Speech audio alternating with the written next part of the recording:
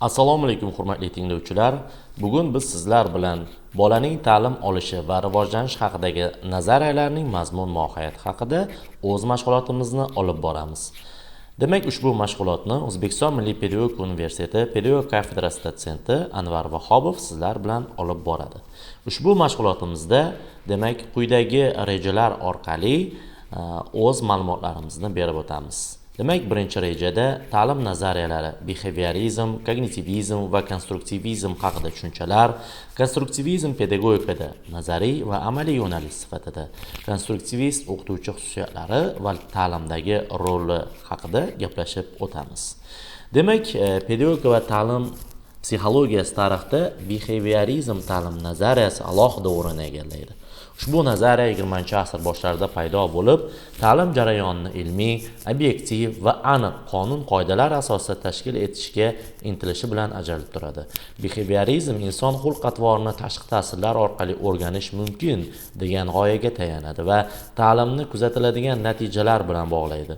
Shu jihatdan u an'anaviy, intuitiv va subyektiv yondashuvlarga qarshi qaratilgan ilmiy yo'nalish sifatida shakllangan. Demak, behaviorizmda o'qitish jarayonining tashkil etilishi. O'qitishda quyidagi usullar keng qo'llaniladi. Takrorlash va mashq qilish, ko'nikma va malakalarni avtomatlashtirish, test va nazorat ishlari va dasturlashgan ta'lim. Demak, kognitivizm ta'lim nazariyasi haqida ma'lumot beradigan bo'lsak, ta'limni faqatgina tashqi xulq-atvor orqali tushuntirish inson bilish faoliyatining murakkab mohiyatini ochib bera olmas edi. Shu ehtiyoj asosida kognitivizm ta'lim nazariyasi shakllandi.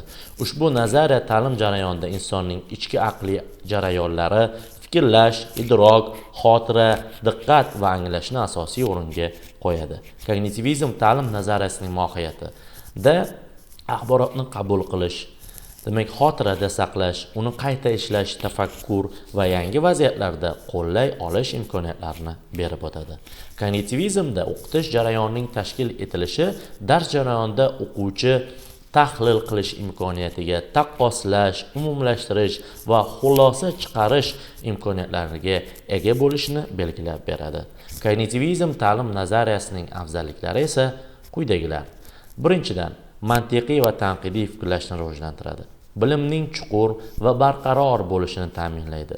Uchinchidan, yosh va individual xususiyatlarni hisobga oladi. To'rtinchidan esa ta'limning ma'noligini oshiradi. Konstruktivizm ta'lim nazariyasida demak, konstruktivizm ta'limni faqat axborot uzatish jarayoni sifatida emas, balki shaxsning rivojlanishi, tajriba orttirishi va ijtimoiy faoliyatda shakllanishi jarayoni sifatida talqin qiladi.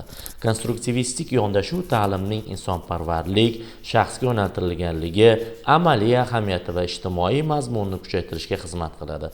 Bugungi kunda interaktiv ta'lim, loyiha usuli, tadqiqotga asoslangan o'qitish kabi texnologiyalar aynan konstruktivizm g'oyalariga tayanadi.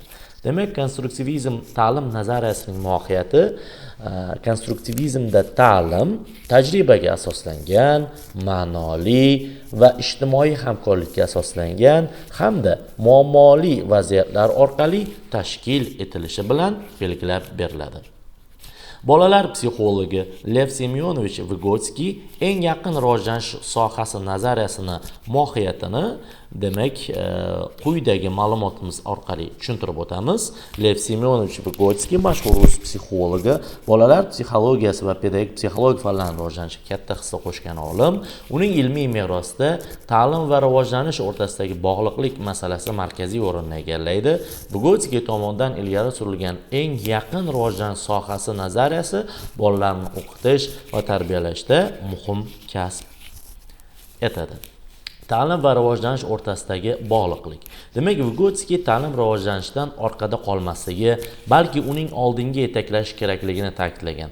Agar ta'lim bolaning eng yaqin rivojlanish sohasiga mos kelsa, u bolaning aqliy va shaxsiy rivojlanishini tezlashtiradi. Shuning uchun ham juda oson vazifalar bolani rivojlantirmaydi, haddan tashqari qiyin vazifalar esa bolani charchatishi mumkin. Yangi ko'nikmalarni shakllantirishda real hayotning ahamiyati. Demak, bu yerda amaliyotga tayanish, interaktiv muhit va ijtimoiy muhit orqali rivojlanishni ham inobatga olish zarur. Bolaning o'zida mavjud bilimlar asosida o'zlashtirilishi, assotsiatsiyalar orqali o'rganish, modellashtirish va taxmin qilish hamda muammoli vaziyatlar orqali amalga oshiriladi. Konstruktivizmning nazariy asoslari Jean Piaget, ya'ni bilimning shaxsning faol tafakkur faoliyat natijasi sifatida rivojlanishini ilgari surgan olim. Lev Vygotsky yuqorida ta'kidlab o'tdik, bilim ijtimoiy hamkorlikda shakllanadi va eng yaqin rivojlanish sohasi nazariyasi orqali ta'lim va rivojlanishni uyg'unlashtirish muhimligini ta'kidlagan olim. Jerom Bruner kashfiyotli ta'lim g'oyasini ilgari surib, o'quvchining bilimni mustaqil topishi va tushunishini muhim hisoblagan. Xulosa o'rnida, demak, zamonaviy pedagogika va psixologiya fanlarida bolaning rivojlanishi va ta'lim samaradorligi nazariy bilimlarni amaliy faoliyat bilan uyg'unlashtirish, mustaqil fikrlash va ijodiy qobiliyatlarni rivojlantirish asosida amalga oshiriladi. Bolaning yangi ko'nikmalari o'zida mavjud bilimlar hayotiy tajriba asosida shakllanadi. Ular real hayotdan ajralmagan holda o'zlashtirilganda chuqur va barqaror bo'ladi degan xulosaga kelishimiz mumkin. E'tiboringiz uchun rahmat. Demak, bu mavzu yuzasidan berilgan amaliy topshiriqlar, mustahkamlovchi savollarga javob berishingizda biz omad tilab qolamiz. Keyingi mashg'ulotlarda yana ko'rishguncha